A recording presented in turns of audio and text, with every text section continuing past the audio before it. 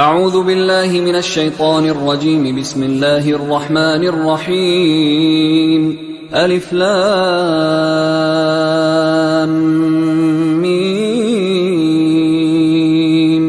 ذلك الكتاب لا ريب فيه هدى للمتقين الذين يؤمنون بالغيب ويقيمون الصلاة ومما رزقناهم ينفقون والذين يؤمنون بما أنزل إليك وما أنزل من قبلك وبالآخرة هم يوقنون أولئك على هدى من ربهم وأولئك هم المفلحون. إن الذين كفروا سواء عليهم أأنذرتهم أم لم تنذرهم لا يؤمنون. ختم الله على قلوبهم وعلى سمعهم وعلى أبصارهم غشاوة ولهم عذاب عظيم. ومن الناس من يقول آمنا بالله وباليوم الآخر وما هم بمؤمنين يخادعون الله والذين آمنوا وما يخدعون إلا أنفسهم وما يشعرون.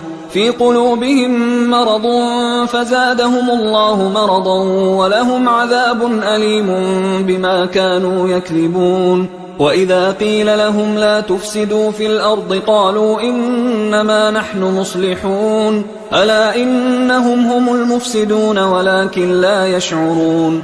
وإذا قيل لهم آمنوا كما آمن الناس قالوا أنؤمن كما آمن السفهاء ألا إنهم هم السفهاء ولكن لا يعلمون. وإذا لقوا الذين آمنوا قالوا آمنا وإذا خلوا إلى شياطينهم قالوا إنا معكم إنما نحن مستهزئون. الله يستهزئ بهم ويمدهم في طغيانهم يعمهون. أولئك الذين اشتروا الضلالة بالهدى فما ربحت تجارتهم وما كانوا مهتدين. مثلهم كمثل الذي استوقد نارا فلما أضاءت ما حوله ذهب الله بنورهم وتركهم في ظلمات لا يبصرون. صم بكم عمي فهم لا يرجعون. أو كصيب من السماء فيه ظلمات ورعد وبرق يجعلون أصابعهم في آذانهم من الصواعق حذر الموت والله محيط بالكافرين. يكاد البرق يخطف أبصارهم كلما أضاء لهم مشوا فيه وإذا أظلم عليهم قاموا ولو شاء الله لذهب بسمعهم وأبصارهم إن الله على كل شيء قدير. يا أيها الناس اعبدوا ربكم الذي خلقكم والذين من قبلكم لعلكم تتقون. الذي جعل لكم الأرض فراشا والسماء بناء وأنزل من السماء ماء فأخرج به من الثمرات رزقا لكم فلا تجعلوا لله أندادا وأنتم تعلمون. وإن كنتم في ريب مما نزلنا على عبدنا فأتوا بسورة من مثله وادعوا شهداءكم من دون الله إن كنتم صادقين. فإن لم تفعلوا ولن تفعلوا فاتقوا النار التي وقودها الناس والحجارة أعدت للكافرين. وبشر الذين آمنوا وعملوا الصالحات أن لهم جنات تجري من تحتها الأنهار كلما رزقوا منها من ثمرة رزقا قالوا هذا الذي رزقنا من قبل وأتوا به متشابها ولهم فيها أزواج مطهرة وهم فيها خالدون. إن الله لا يستحيي أن يضرب مثلا ما بعوضة فما فوقها فأما الذين آمنوا فيعلمون أنه الحق من ربهم وأما الذين كفروا فيقولون ماذا أراد الله بهذا مثلا يضل به كثيرا ويهدي به كثيرا وما يضل به إلا الفاسقين الذين ينقضون عهد الله من بعد ميثاقه ويقطعون ما أمر الله به أن يوصل ويفسدون في الأرض أولئك هم الخاسرون كيف تكفرون بالله وكنتم أمواتا فأحياكم ثم يميتكم ثم يحييكم ثم إليه ترجعون. الحمد لله رب العالمين والصلاة والسلام على أشرف الأنبياء والمرسلين وعلى آله وصحبه إلى يوم الدين ثم أما بعد وأعوذ بالله من الشيطان الرجيم بسم الله الرحمن الرحيم رب اشرح لي صدري ويسر لي أمري واحلل عقدة من لساني يفقه قولي واجعل لي وزيرا من أهلي. السلام علیکم ورحمۃ اللہ وبرکاتہ. کیسے ہیں آپ سب لوگ؟ اللہ تعالیٰ آپ سب کو صحت اور ایمان کی بہترین حالت میں رکھے اور اس پورا رمضان ہمیں اس قرآن سے جوڑ کر رکھے. پیارے دوستو، آج سے ہمارے دورہ قرآن کا آغاز ہوگا اور اس کو ہم مختلف طریقے سے لے کر چلیں گے انشاءاللہ. ہر پارے کے بنیادی نکات کو ہم ڈسکس کریں گے اور پارے کی پہلی اور آخری آیت کو ملا کر ہم ایک موضوع بنائیں گے اور اپنے لیے اس میں سے ایک لیسن نکالیں گے کہ اس پارے سے ہم نے کیا سیکھا اور ہمارے لیے عمل کے کون کون سے نکات ہیں. چلیے شروع کرتے ہیں. آغاز ہوتا ہے قرآن مجید کا سورہ فاتحہ سے. اعوذ باللہ من الشیطان الرجیم بسم اللہ الرحمن الرحیم الحمد للہ رب العالمین الرحمن الرحیم مالک یوم الدین ایاک نعبد و ایاک نستعین اہدنا الصراط المستقیم صراط الذین انعمت علیہم غیر المغضوب علیہم ولا الضالین آمین. سورہ فاتحہ کو فاتحہ ہی اس لیے کہا جاتا ہے کہ یہ فتح سے ہے، اس کا مطلب ہے کھولنے والی، یعنی قرآن کو کھولتے ہی سورہ فاتحہ سے قرآن کا آغاز ہوتا ہے. اس کو پورے قرآن کی بھی کہا جاتا ہے کیونکہ پورے قرآن کا خلاصہ اس سورہ فاتحہ میں ہے. یہ ایک مکمل دعا ہے جو کہ اللہ نے اپنے بندے کو سکھائی اور اس دعا کے جواب میں یہ پورا قرآن نازل کیا سورہ بقرہ سے لے کر آخر تک کہ جب تم نے دعا ہدایت کی مانگی تو یہ لو یہ پورا قرآن، اس میں سے اپنے لیے ہدایت تلاش کرو. سورہ فاتحہ کے بارے میں ہے، حضرت ابو ہریرہ رضی اللہ عنہ سے روایت ہے کہ میں نے نبی صلی اللہ علیہ وسلم کو فرماتے ہوئے سنا کہ اللہ تعالیٰ نے فرمایا ہے، میں نے نماز میں سورہ فاتحہ کو اپنے اور اپنے بندے کے درمیان نصف نصف تقسیم کر دیا، آدھی میرے لیے اور آدھی میرے بندے کے لیے، اور بندے کے لیے وہ ہے جو کچھ وہ سوال کرے. میرا بندہ نماز میں کھڑا ہوتا ہے اور کہتا ہے الحمدللہ رب العالمین، تو اللہ تعالیٰ فرماتا ہے کہ میرے بندے نے میری تعریف کی. پھر وہ کہتا ہے الرحمن الرحیم، تو اللہ تعالیٰ فرماتا ہے میرے بندے نے میری ثنا بیان کی. پھر وہ کہتا ہے مالک یوم الدین، تو اللہ تعالیٰ فرماتا ہے میرے بندے نے بندگی بیان کی. اور پھر بندہ کہتا ہے ایاک نعبد و ایاک نستعین، میرے اور میرے بندے کے درمیان یہ مشترک ہے اور سورت کا باقی حصہ میرے بندے کے لیے ہے اور میرے بندے کو وہ کچھ ملے گا جو اس نے مانگا. اب ہماری گفتگو کا محور ہوگا پارہ نمبر 1 سورہ بقرہ سے آگے.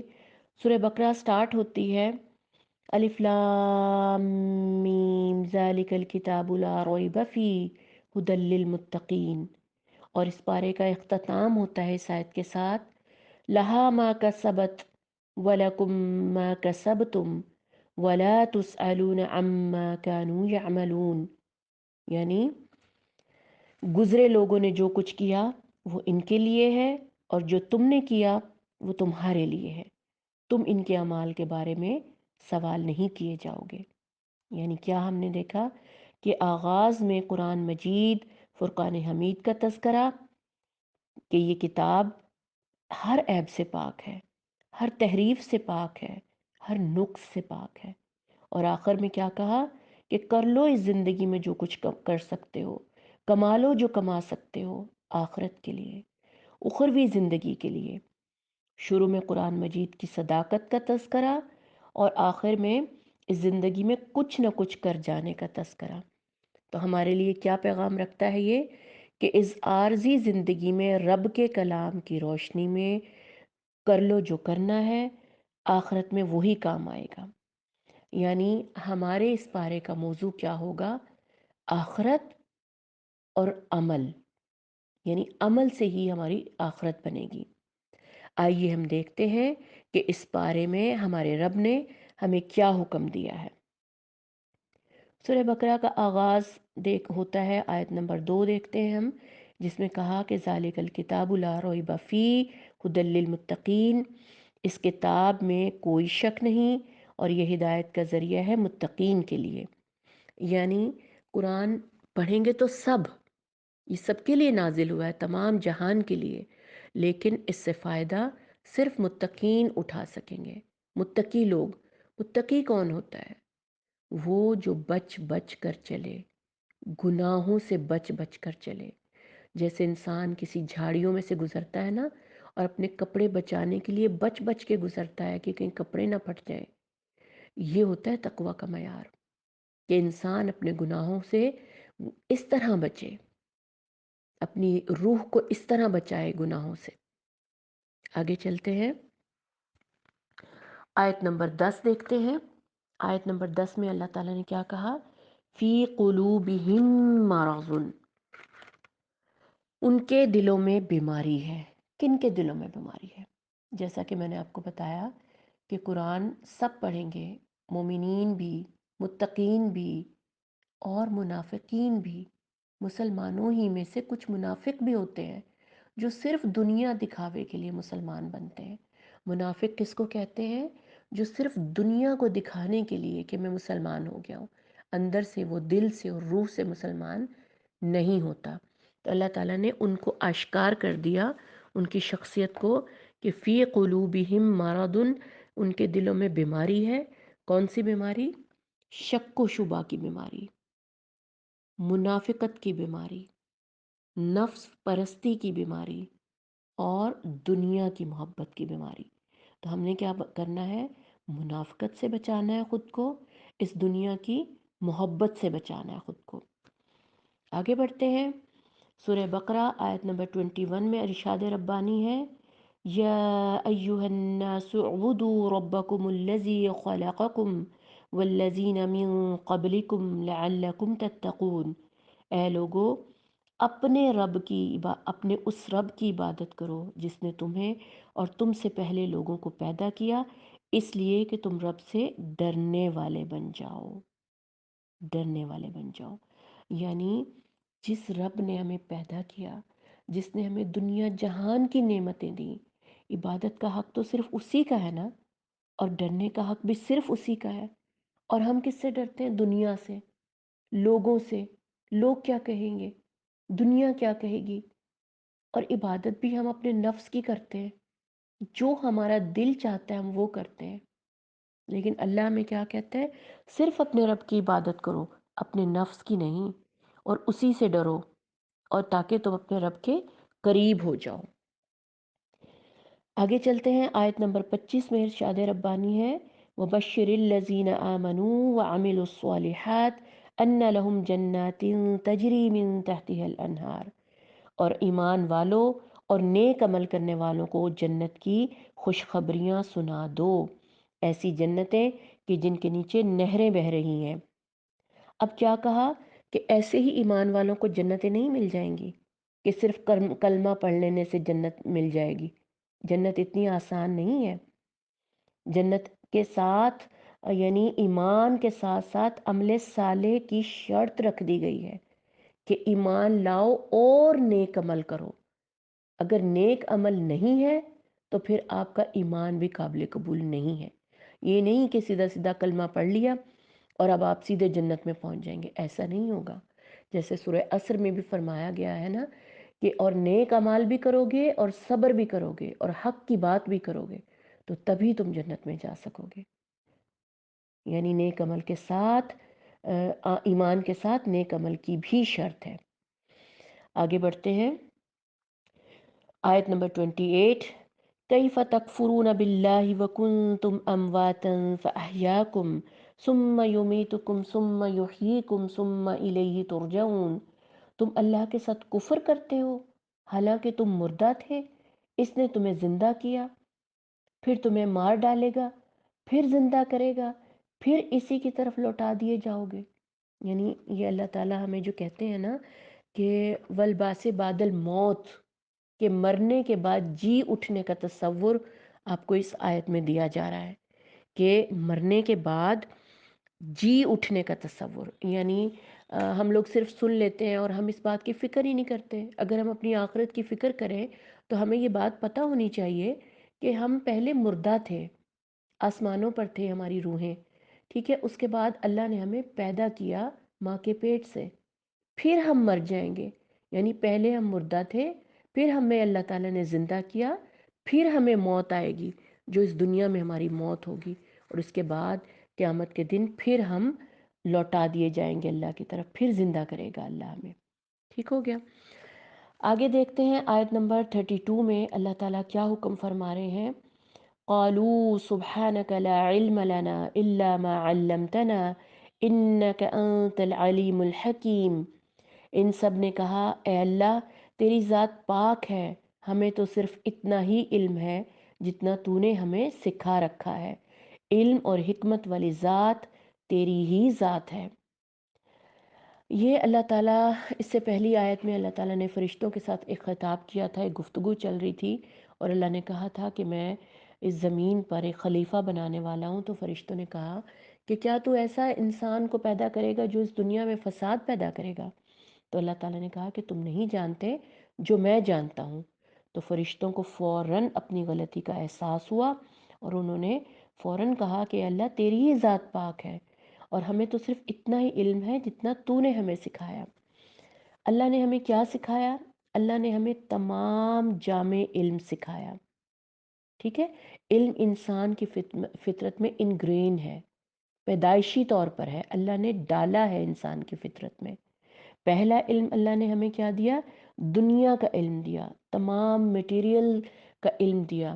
آدم علیہ السلام کو نام سکھائے تھے نا ہر چیز کے، دنیا کے ناموں کا علم دیا، اور دوسرا علم ہمیں وحی کا دیا اللہ تعالیٰ نے، ٹھیک ہے؟ اور ان دونوں علوم سے مل کر ہی ہماری ہدایت مکمل ہوتی ہے، دونوں پہ یقین رکھنا ہمارا فرض ہے۔ تیسری بات ہے، آگے چلتے ہیں، سورہ بقرہ آیت نمبر 37 میں اللہ تعالیٰ فرماتے ہیں فَتَلَقَّى آدَمَ مِن رَبِّهِ كَلِمَاتٍ فَتَابَ عَلَيْهِ إِنَّهُ هُوَ التَّوَّابُ الرَّحِيمُ۔ حضرت آدم علیہ السلام نے سیکھ لی اپنے رب سے چند باتیں اور اللہ ذوالجلال نے قبول فرمائی ان کی توبہ، بے شک وہی توبہ قبول کرنے والا ہے۔ حضرت آدم نے توبہ کب کی تھی؟ جب حضرت آدم کو جنت میں بھیجا گیا اور منع کیا گیا تھا کہ تم اس درخت کے قریب مت جانا، پھر غلطی سے بھول چوک سے انہوں نے اس درخت کا پھل کھا لیا تھا، تو اللہ تعالیٰ نے انہیں زمین پر اتار دیا تھا، جنت سے نکال دیا تھا، ان کو، ان کی بیوی حوا کو۔ تو پھر اللہ تعالیٰ سے رو رو کر گڑ گڑا کر انہوں نے معافی مانگی حضرت آدم علیہ السلام نے، اور اللہ نے انہیں چند کلمات سکھائے کہ تم اس طرح توبہ کرو، تو پھر انہوں نے انہی الفاظ میں توبہ کی اور اللہ تعالیٰ نے ان کی توبہ کو قبول فرمایا۔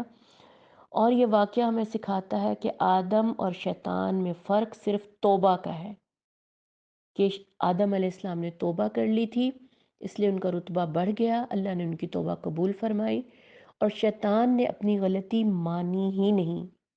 تو ہمارے لیے کیا ہے کہ انسان ایک بیچ کی چیز ہے، اگر وہ اپنی غلطی کو مان لے گا تو وہ آدم کی نسل سے ہے۔ اگر وہ نہیں مانے گا، اپنی غلطی کا احساس ہی نہیں کرے گا، توبہ کیسے کرے گا پھر تو وہ شیاطین میں سے ہو جائے گا، اللہ کا نافرمان راندہ درگاہ بن جائے گا۔ تو اس چیز سے ہمیں بچنا ہے۔ اگر ہم سے کوئی گناہ، کوئی غلطی ہو جاتی ہے تو فوراً اللہ سے رجوع کریں، توبہ کریں اللہ سے۔ آگے ہے سورہ بقرہ آیت نمبر 40۔ اے بنی اسرائیل، میری اس نعمت کو یاد کرو جو میں نے تم پر انعام کی، اور پورا کرو میرے عہد کو، اور میں پورا کروں گا تم سے کیا گئے عہد کو۔ دل میں خوف رکھنا تو صرف میرا ہی رکھنا۔ اس آیت میں اللہ تعالیٰ نے خاص طور پر دین کی نعمت کا ذکر کیا ہے۔ یاد کرو میری نعمت کو۔ کون سی نعمت؟ دین کی نعمت۔ یہ بنی اسرائیل کے لیے بھی تھا اور ہمارے لیے بھی ہے کہ ہم بھی مسلمان پیدا ہوئے ہیں، بائی برتھ ہم مسلمان ہیں، تو ہمیں بھی اللہ نے دین کی نعمت دی ہے، ہمیں شکر ادا کرنا چاہیے اس نعمت کا۔ اور پھر اللہ کیا یاد کروا رہا ہے بنی اسرائیل کو؟ کہ نعمت کو یاد کرو، 3 باتوں کا ذکر ہے اس آیت میں۔ عہد کو پورا کرو، اور صرف اللہ سے ڈرو، صرف اللہ سے ڈرو، کسی اور سے نہیں، صرف اور صرف اللہ سے ڈرو۔ آگے بڑھتے ہیں، آیت نمبر 43۔ وَأَقِيمُوا الصَّلَاةَ وَآتُوا الزَّكَاةَ وَارْكَعُوا مَعَ الرَّاكِعِينَ، اور نماز قائم کرو، زکوٰۃ ادا کرو، اور رکوع کرنے والوں کے ساتھ رکوع کرو۔ اس آیت میں ہمیں باجماعت نماز کی طرف اشارہ ہے، خاص طور پہ مردوں کی جو نماز ہے اس کی اہمیت باجماعت کے ساتھ ہے۔ جماعت کے ساتھ اگر وہ ادا کریں تو 27 گنا، ایک حدیث کے مطابق 27 گنا ان کو زیادہ اجر و ثواب ملے گا۔ اور باجماعت، اور اقیم الصلاۃ کا اقیم ہے قائم سے، یعنی قائم کرو۔ یہ نہیں ہوا، قائم کرنا یہ ہوتا ہے کہ آپ نماز کو ہمیشگی والی نماز کرو۔ یہ نہیں ہوا کہ دن میں 2 نمازیں پڑھ لیں، 2 نہیں پڑھیں، 3 پڑھ لیں، کبھی پڑھ لیں کبھی نہیں پڑھ لیں۔ اس کو اقام الصلاۃ ہم نہیں کہیں گے۔ اقام الصلاۃ وہی ہوتی ہے جو پابندی کے ساتھ 5 وقت کی نماز ہمیشہ ادا کرے، یہ نہیں کہ کبھی پڑھی اور کبھی نہ پڑھی۔ اسی طرح اسی آیت میں ہمیں زکوٰۃ ادا کرنے کا اور رکوع کرنے کا، رکوع کا بھی ایک قسم کا نماز کا ہی حکم ہے۔ ٹھیک ہے، اس میں یہ 3 احکامات ہیں۔ حضرت ابو ہریرہ رضی اللہ عنہ سے روایت ہے کہ رسول صلی اللہ علیہ وسلم نے فرمایا، بھلا دیکھو تم میں سے کسی کے دروازے پر نہر بہتی ہو اور وہ اس میں روز 5 مرتبہ نہائے تو کیا اس کے بدن پر میل رہ جائے گا؟ صحابہ نے عرض کیا، نہیں۔ آپ صلی اللہ علیہ وسلم نے فرمایا، یہی 5 نمازوں کی مثال ہے۔ حضرت ابو ہریرہ روایت کرتے ہیں کہ رسول صلی اللہ علیہ وسلم نے فرمایا، ہر نماز سے پہلی نماز تک، اور جمعہ اپنے پہلے جمعہ تک کے، اور رمضان اپنے پہلے رمضان تک کے گناہوں کا کفارہ ہے، بشرط یہ کہ کبیرہ گناہوں سے بچا جائے۔ ٹھیک ہے، اس حدیث نے ہمیں کھول کھول کر ہمیں بتا دیا ہے کہ ہم نے کیا کرنا ہے، اور ایک نماز سے دوسری نماز کس طرح ہمارے گناہوں کو ختم کر دیتی ہے۔ اسی طرح آیت نمبر 45 میں ہم دیکھتے ہیں کہ حضرت انس بن مالک رضی اللہ عنہ کہتے ہیں کہ نبی کریم صلی اللہ علیہ وسلم کا گزر ایک قبرستان سے ہوا، وہ اور ایک عورت ایک قبر کے پاس بیٹھی رو رہی تھی۔ آپ نے فرمایا، اللہ سے ڈرو اور صبر سے کام لو۔ وہ کہنے لگی، جاؤ اپنا کام کرو، تمہیں مجھ جیسی مصیبت نہیں پیش آئی۔ وہ عورت آپ کو نہیں پہچانتی تھی۔ اسے لوگوں نے جب بتایا کہ نبی صلی اللہ علیہ وسلم تھے تو چنانچہ وہ آپ کے پاس آئی اور اندر جا کر کہنے لگی، میں نے آپ کو نہیں پہچانا تھا، میں صبر کرتی ہوں۔ آپ نے فرمایا، صبر تو اس وقت کرنا چاہیے جب صدمہ شروع ہو۔ یعنی آیت کیا تھی ہماری؟ آیت نمبر 45 کہ وَاسْتَعِینُوا بِالصَّبْرِ وَالصَّلَاةِ، کہ مدد لو نماز اور صبر سے۔ یہ 2 چیزیں جو ہے نا ایک مومن کے لیے ٹول کی حیثیت رکھتے ہیں، اس کی پوری لائف میں ٹول کی حیثیت رکھتے ہیں۔ کیسے رکھتے ہیں؟ کہ آپ صلی اللہ علیہ وسلم کو جب بھی کوئی مسئلہ پیش آتا، جب بھی کوئی تکلیف ہوتی یا کوئی اللہ سے حاجت پیش آتی، وہ فوراً نماز کے لیے کھڑے ہو جاتے اور صبر سے کام لینے کا کہتے۔ اگر اللہ تعالیٰ صبر کا حکم ہمیں نہ دیتے اور صبر کی اتنی اہمیت نہ ہوتی تو اس دنیا میں کوئی ہائی اچیور پیدا نہ ہوتا۔ جب ہم صبر کرتے ہیں تو اپنی منزل پر پہنچتے ہیں۔ اور صبر یہ نہیں ہوتا کہ آپ کو کوئی تکلیف آئی ہے، پورے جہان میں آپ نے ڈھنڈورا پیٹ دیا، روئے پیٹے، اور جب آخر میں کوئی بات نہیں بنی تو پھر ہم کہہ دیں کہ چلو صبر ہی کر لیتے ہیں۔ وہ صبر نہیں ہوتا۔ جیسا کہ ہمیں حدیث سے بھی پتہ چلا کہ صبر تو اس وقت کرنا چاہیے جب صدمہ شروع ہو، جب کوئی تکلیف پہنچے۔ یاد ہے نا کہ جب آپ صلی اللہ علیہ وسلم کا پیارا بیٹا ابراہیم جو ہے، ان کے بیٹے جو ان کی وفات ہوئی تو وہ گود میں تھے، اور آپ صلی اللہ علیہ وسلم کی آنکھوں سے صرف آنسو جاری تھے، اور کہہ رہے تھے انما اشکو بسی وحزنی اللہ، کہ میں اپنے غم کا تذکرہ صرف اپنے رب سے کرتا ہوں۔ آپ کو کوئی تکلیف پہنچے آپ صبر کریں، دل میں صرف اپنے رب سے گڑ گڑائیں، دعا کریں۔ لوگوں کے سامنے ڈھنڈورا پیٹنے سے صبر نہیں ہوتا۔ آگے پڑھتے ہیں سورۃ بقرہ آیت نمبر 32، سوری یہ ہم نے کر لیا تھا۔ اس کے بعد ہے آیت نمبر 44، أَتَأْمُرُونَ النَّاسَ بِالْبِرِّ وَتَنْسَوْنَ أَنفُسَكُمْ وَأَنْتُمْ تَتْلُونَ الْكِتَابَ أَفَلَا تَعْقِلُونَ، کیا لوگوں کو تم بھلائی کا حکم دیتے ہو اور خود اپنے آپ کو بھول جاتے ہو، اس کے باوجود کہ تم کتاب پڑھتے ہو؟ کیا اتنی بھی تمہیں سمجھ نہیں؟ یہ خاص طور پہ یہ آیت جو ہے نا دین پڑھانے والوں کو بھی وارن کرتی ہے۔ جو دین پڑھاتے ہیں ان کے لیے بھی ایک وارننگ ہے کہ جو دوسروں کو نصیحت کرتے ہیں ان کو خود بھی اپنی شخصیت پر، اپنے ایمان پر دھیان دینا چاہیے۔ اور اسی طرح جب بھی آپ کسی کو منع کریں، آپ کوشش کریں آپ خود بھی وہ کام نہ کرتے ہوں، تبھی آپ کی بات کا دوسرے پہ اثر ہوگا۔ اس کے بعد آتے ہیں آیت نمبر 74 میں، ٹھیک ہے؟ اور 74 جو ہے وہ بڑی خاص آیت ہے کہ ثم قست قلوبکم من بعد ذالک، پھر اس کے بعد تمہارے دل پتھر جیسے بلکہ اس سے بھی زیادہ سخت ہو گئے۔ بعض پتھروں سے تو نہریں بہہ نکلتی ہیں اور بعض تو پھٹ جاتے ہیں اور ان سے پانی نکل آتا ہے، اور بعض اللہ کے ڈر سے گر پڑتے ہیں۔ یہ بات دل سے نکال دو کہ میرا رب غافل ہے اس سے جو تم کرتے ہو۔ یعنی دل پتھر کی طرح سخت ہو جاتے ہیں، دل ایسی چیز ہے۔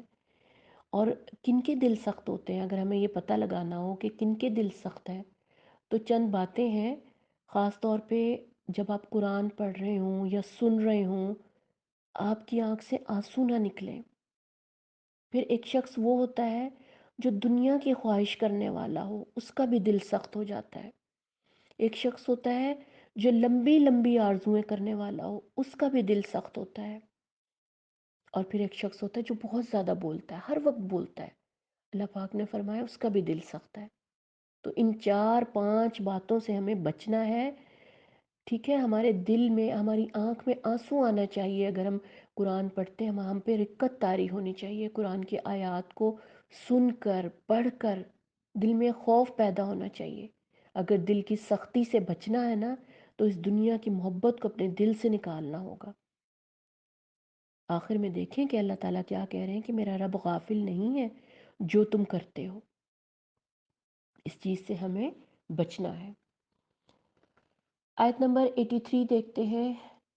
ایک حدیث کے مطابق نبی پاک صلی اللہ علیہ وسلم نے فرمایا، اس آیت میں مساکین کا ذکر ہے، اور نبی صلی اللہ علیہ وسلم نے فرمایا مسکین وہ نہیں جو لوگوں کے گھروں کے چکر لگاتا ہے، ایک لقمہ یا 2 لقمے اور کچھ کھجور کی خواہش اسے در در پھراتی ہے، بلکہ مسکین تو وہ ہے جس کے پاس اتنا مال نہ ہو جو اسے کفایت کر جائے، اور کوئی اس کا حال بھی نہ جانتا ہو کہ اسے خیرات دے دے اور نہ وہ خود سوال کرے۔ یعنی اس آیت میں ہمیں کیا کہا گیا ہے کہ سفید پوش لوگوں کو تلاش کرو۔ مسکین وہ نہیں ہے جو آپ سے مانگتا ہے، بھیک مانگ رہا ہے، سڑکوں پہ بھیک مانگنے والے یا جو آ کے دروازے کھٹکھٹا رہے ہیں، وہ مسکین نہیں ہے۔ صرف سفید پوش لوگوں کا یہاں پہ ذکر ہے کہ جو شرم کے مارے مانگ بھی نہیں سکتے، دوسروں کے سامنے ہاتھ بھی نہیں پھیلاتے، ان کی عزت نفس ان کو اس بات کی اجازت نہیں دیتی کہ وہ لوگوں سے مانگیں۔ ایسے لوگوں کو تلاش کرو، اپنی زکوٰۃ، اپنے صدقات اور اپنی مدد ان لوگوں کے لیے مختص کرو جو سفید پوش لوگ ہوں۔ اور آیت نمبر 83 میں ہی ذکر ہے، قولوا للناس حسنا، نبی صلی اللہ علیہ وسلم نے فرمایا اچھی اور میٹھی بات بھی صدقہ ہے۔ ایک اور جگہ پر نبی پاک صلی اللہ علیہ وسلم نے فرمایا مسلمانوں میں زیادہ کامل ایمان اس کا ہے جس کے اخلاق زیادہ اچھے ہوں۔ آپ کو پتہ ہے ہمارے دین میں اخلاق کی کتنی اہمیت ہے۔ ایک جگہ پہ فرمایا گیا ہے کہ جب قیامت قائم ہوگی، میزان قائم ہوگا، تو میزان میں 70% اعمال، میزان جو ہے وہ اخلاق اس میں ہوگا، وزن والا، یعنی 70% اخلاق کو وزن ملے گا۔ اگر آپ کا اخلاق اچھا نہیں ہے تو آپ کا اعمال نامہ، آپ کا جو میزان ہے وہ جھکے گا ہی نہیں۔ بد اخلاقی تو ایک لعنت ہے جس سے دوسروں کے دلوں کو تکلیف پہنچے۔ جس طرح بہت سارے نبیوں کو معجزے ملے تھے نا، ہمارے پیارے نبی صلی اللہ علیہ وسلم کا معجزہ کیا تھا؟ اخلاق، بہترین اخلاق۔ اور آپ صلی اللہ علیہ وسلم کا اخلاق عین قرآن کے مطابق تھا، خلق عظیم، سب سے بہتر اخلاق تھا ان کا۔ تو ہم تو ایسے نبی کی امت ہیں جن کو معجزے کے طور پہ اخلاق دیا گیا، تو ہم نے اپنے اور اپنے بچوں کا اخلاق بہتر کرنے کی کوشش کرنی ہے۔ آج کل دیکھا ہے کہ سب بچوں کا بھی بڑوں کا بھی ٹیمپرامنٹ بہت جلدی لوز ہو جاتا ہے، بہت جلدی غصے میں آ جاتے ہیں۔ اس چیز سے بچنے کی ضرورت ہے۔ غصہ شیطان کی طرف سے ہوتا ہے، غصہ اور جھگڑا جو ہے شیطان کی طرف سے ہوتا ہے، اس سے ہمیں بچنا چاہیے۔ آیت نمبر 94 میں دیکھتے ہیں، ارشاد ربانی ہے، آپ کہہ دیجئے اگر آخرت کا گھر صرف تمہارے ہی لیے ہے، اللہ کے نزدیک اور کسی کے لیے نہیں، تو آؤ اپنی سچائی کی ثبوت میں موت کی تمنا کرو۔ یہ آیت کس کو کہہ رہے ہیں؟ کہ اللہ پاک فرما رہے ہیں بنی اسرائیل کو، کیونکہ وہ کہتے تھے نا کہ آخرت کا گھر صرف آخرت تو صرف ہمارے لیے ہے، ہم جہنم میں جائیں گے ہی نہیں، ہم تو صرف جنت میں جائیں گے، کیونکہ ہم اللہ تعالیٰ کے چوزن پیپل ہیں، اللہ کے پسندیدہ لوگ ہیں ہم تو بس۔ تو اللہ تعالیٰ کہہ رہے ہیں کہ اتنی نافرمانیاں تم کرتے ہو، خود کو کہتے ہو کہ اللہ کے چوزن پیپل ہو، اگر تم نے جانا ہی نہیں جہنم میں اور یہ جنت صرف تمہارے لیے بنی ہے، تم اتنے سچے ہو، اللہ سے تم نے کوئی وعدہ لے رکھا ہے، تو پھر مرنے کی تمنا تم کیوں نہیں کرتے؟ مرنے کی تمنا کرو پھر تم۔ اللہ اور ہمارے لیے اس میں کیا ہے کہ ہر وہ دل جس میں انسانوں کی محبت ہو، مادی چیزوں کی محبت ہو یا غیر اللہ کی محبت ہو، وہ انسان کو اللہ سے دور کر دیتی ہے۔ ہمیں ان تمام چیزوں سے بچنے کا حکم دیا گیا ہے۔ آگے چلتے ہیں کہ آیت نمبر 102 میں دیکھتے ہیں، وہاں شوہر اور بیوی کے درمیان جو ہے کچھ معاملات کے بارے میں فرمایا گیا ہے۔ آیت نمبر 102 میں حدیث میں آتا ہے کہ ابلیس سمندر میں اپنے تخت پر بیٹھا رہتا ہے اور اپنے چیلوں کو زمین میں فساد کرنے کے لیے بھیجتا ہے۔ شام کو سب اکٹھے ہو کر اس کو اپنے کارنامے بیان کرتے ہیں۔ کوئی کہتا ہے میں نے فلاں فتنہ کھڑا کیا، کوئی کہتا ہے فلاں، میں نے فلاں شر برپا کیا، لیکن ابلیس انہیں کچھ اہمیت نہیں دیتا اور کہتا ہے کہ تو نے کچھ نہیں کیا۔ پھر ایک چیلا آ کر کہتا ہے کہ میں نے فلاں میاں بیوی میں جدائی ڈال دی۔ ابلیس اس کو شاباش دیتا ہے اور خوش ہو کر گلے لگا لیتا ہے اور کہتا ہے یہ تھا کرنے کا کام جو تو نے کیا۔ یعنی کہ آپ دیکھ لیں کہ میاں اور بیوی کے درمیان جو آپس کا رشتہ ہے اس کی کتنی اہمیت ہے، کہ شیطان سب سے زیادہ نقصان اسی رشتے کو پہنچانا چاہتا ہے۔ اور آج آپ دیکھ لیں کہ گھر گھر کی کہانی ہے، لڑائی جھگڑے فساد، کیوں ہے فسادات، کیوں وجہ بن رہی ہے؟ کیونکہ بعض اوقات بیوی اپنے حقوق ادا نہیں کر رہی ہوتی، بعض اوقات شوہر اپنے حقوق ادا نہیں کر رہا ہوتا، بعض اوقات اخلاق اتنا برا ہوتا ہے دونوں میں سے کسی ایک فریق کا یا دونوں کا، کہ آپس میں درمیان میں جھگڑے ہو رہے ہوتے ہیں، اور شیطان کا سب سے بڑا کارنامہ میاں بیوی کے درمیان جھگڑا کرانا ہے۔ جب یہ کروا لیتا ہے وہ، تو پھر وہ سب سے زیادہ خوش ہوتا ہے اور اپنی کامیابی پہ بے تحاشا خوش ہوتا ہے، کہتا ہے کہ اب ہوا کرنے کا کام، کیونکہ اسے پتا ہے کہ پورے معاشرے کی جو لاسٹ نیل ہے وہ اسی رشتے کے اوپر ہے۔ اگر اس رشتے میں جھگڑے فساد ہوں گے تو نسل ہی برباد ہو جائے گی، مسلمانوں کی نسل ہی برباد ہو جائے گی۔ تو اس لیے بہت اہم ہے، بہت اہم ہے کہ گھروں میں امن ہو، سکون ہو، صبر کی جو اللہ تعالیٰ نے ہمیں ٹول عطا فرمائی، بیویوں کو چاہیے کہ وہ اس سے کام لیں۔ اگر ایک فریق جھگڑ رہا ہے تو دوسرا خاموش رہے، صبر سے کام لیں۔ آگے چلتے ہیں، آیت نمبر 103 میں اللہ ارشاد فرماتے ہیں، اگر یہ لوگ صاحب ایمان متقی بن جاتے، میرے رب کی جانب سے نواز دیے جاتے، بہترین ثواب سے نواز دیے جاتے، کاش کہ انہیں اس بات کا علم ہو۔ یعنی متقی بننا یعنی ایمان حاصل کرنا نہیں، بار بار ہمیں کہا جا رہا ہے کہ متقی بننے کی طرف اشارہ کیا گیا ہے۔ یعنی انسان کے کرنے کا کام کیا ہے کہ فضول چیزوں سے بہتر ہے، فضول کاموں سے بہتر ہے کہ قرآن یا کوئی نفع بخش علم سیکھے، قرآن کا علم سیکھے یا کوئی نفع بخش علم سیکھے، کیونکہ قیامت کے دن آپ سے ایک ایک لمحے کا حساب لیا جائے گا، ایک ایک لمحے کی، ایک ایک منٹ کی، ایک ایک گھنٹے کی آپ سے پوچھ گچھ ہوگی کہ کیا کیا گیا تھا، تو ہم کیا جواب دیں گے کہ ہم نے فضول چیزوں میں، فضول کاموں میں اپنی زندگی کو برباد کر دیا۔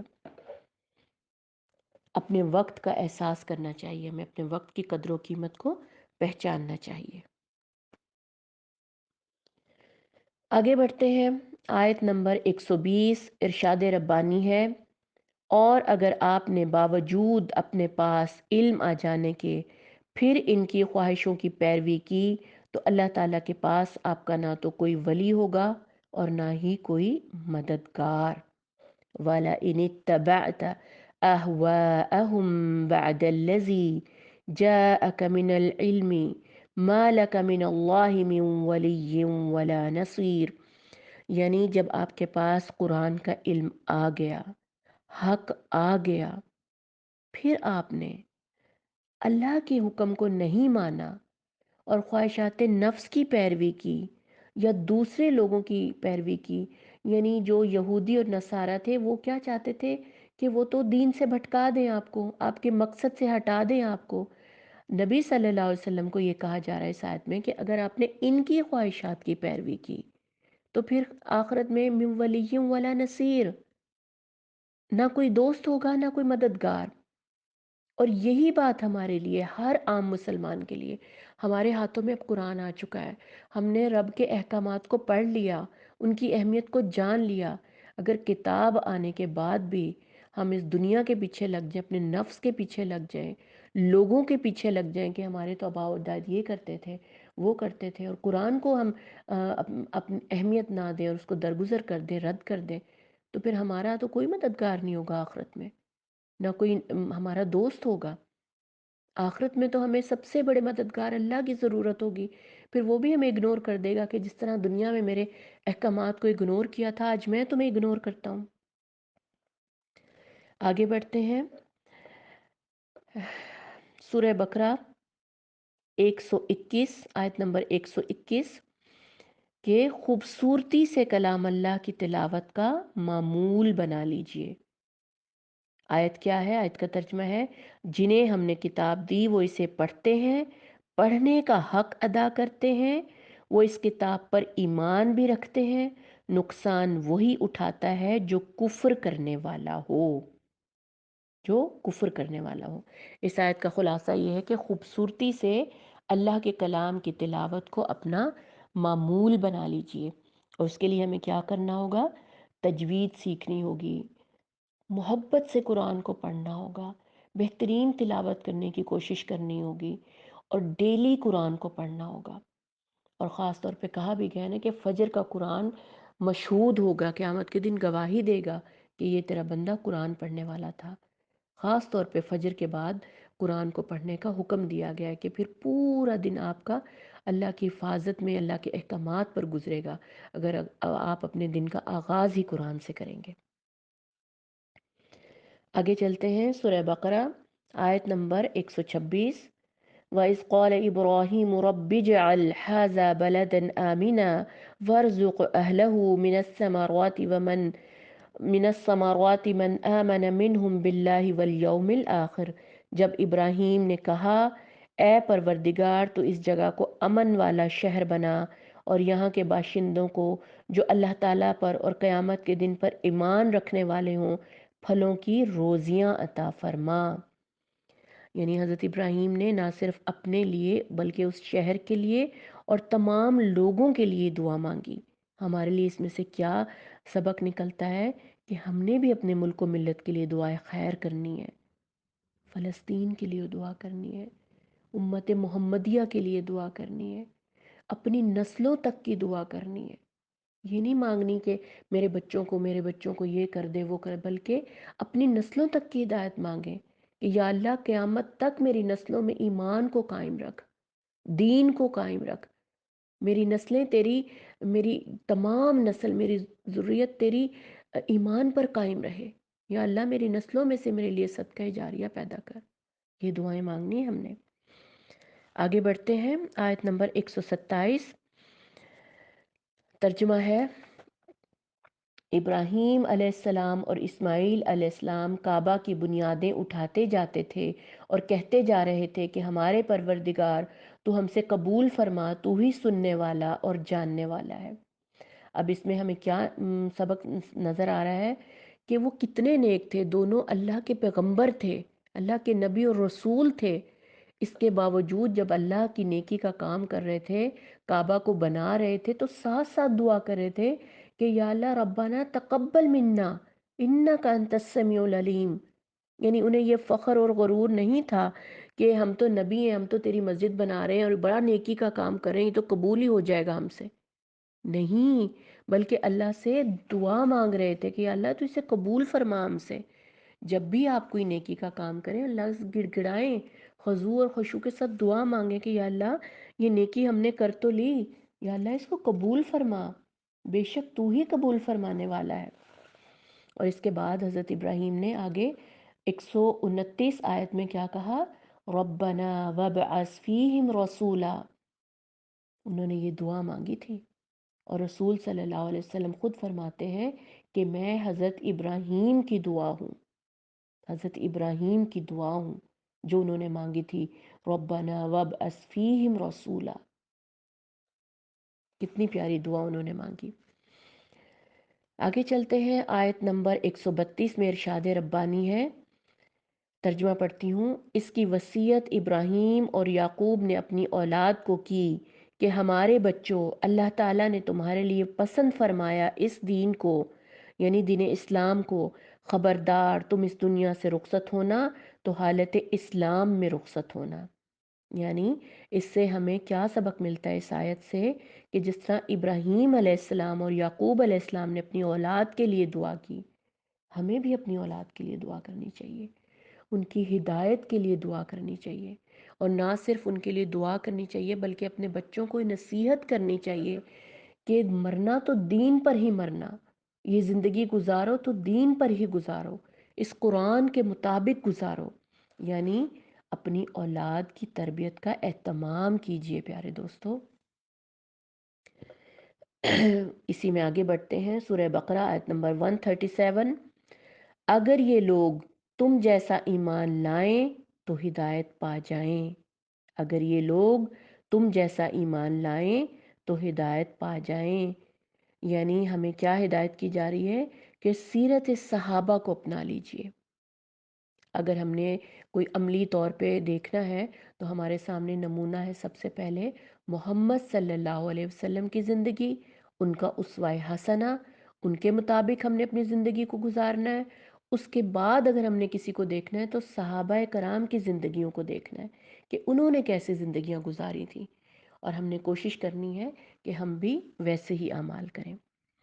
آگے چلتے ہیں، سورہ بقرہ آیت نمبر 138، بہت خاص آیت ہے میری بہنوں، بہت خاص آیت ہے۔ صبغۃ اللہ، ومن احسن من اللہ صبغہ ونحن لہ عابدون۔ اللہ کا رنگ اختیار کرو، اور اللہ تعالیٰ کے رنگ سے اچھا کس کا رنگ ہوگا؟ ہم عبادت کرتے ہیں تو اسی کی عبادت کرتے ہیں۔ پیاری بہنوں، آپ مجھے بتائیے کہ اللہ کے رنگ سے بہتر کس کا رنگ ہوگا؟ کیسے چڑھتا ہے اللہ کا رنگ؟ کپڑے میں جذب کرنے کی صلاحیت ہو، یعنی ہمارا دل وہ کپڑا ہے، ہمارے دل میں یہ جو کچھ آج ہم نے پڑھا اس کو جذب کرنے کی صلاحیت ہونی چاہیے۔ پھر پرانا رنگ اتار دیا جائے۔ ٹھیک ہے، ہم جو کچھ کرتے تھے، غلط کام کرتے تھے، تقویٰ کے کام نہیں کرتے تھے، آج ہم نے اللہ کے بہت سارے احکامات کو پڑھا، صرف احکامات کو ہی پڑھا، ہم نے کوئی فالتو الگ سے بات نہیں کی، تو کیا ان احکامات کو سن کر ہمارے دل میں کوئی نرمی آئی؟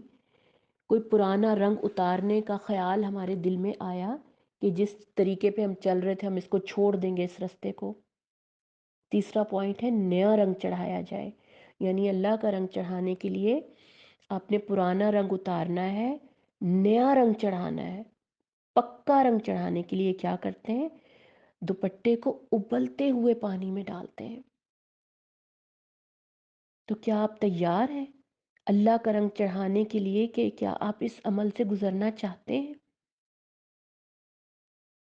یہ ایسے ہی رنگ نہیں چڑھ جائے گا ہمارے دلوں پر، بڑی محنت کرنی پڑے گی، کچھ عادتوں کو چھوڑنا ہوگا، کچھ بری عادتوں سے ہجرت کرنی ہوگی، اللہ کی رضا کے لیے، اللہ کی خوشی کے لیے قرآن کا رنگ چڑھانا ہوگا، اللہ کا رنگ چڑھانا ہوگا، اپنے دلوں میں نرمی لانی ہوگی، اپنے اخلاق کو بہتر بنانا ہوگا، اپنی اولاد کی تربیت کرنی ہوگی۔ ڈراموں میں، رسالوں میں، فلموں میں، ان میں وقت نہیں ضائع کرنا۔ ایک مسلمان عورت کا کام یہ نہیں ہے کہ وہ وقت کو اپنا برباد کر دے، فون کے ٹک ٹاک دیکھنے پہ ضائع کر دے۔ کچھ کرنا ہوگا عملی طور پہ، تبھی تو اللہ کا رنگ چڑھے گا ہم پر۔ اللہ رب العزت سے میری دعا ہے کہ اے خالق و مالک، مجھے اور آپ کو قرآن مجید کے تعلق کے ساتھ اپنا تعلق نصیب فرمائے، قرآن مجید کا حقیقی فہم نصیب فرمائے، جب تک رکھے ایمان کے ساتھ رکھے، اور جب بھی بلائے ایمان کی خوبصورت کیفیت میں بلائے، خاتمہ بالایمان فرمائے، اور جنت الفردوس میں اپنے حبیب کی رفاقت نصیب فرمائے۔ آمین یا رب العالمین۔ السلام علیکم ورحمۃ اللہ وبرکاتہ۔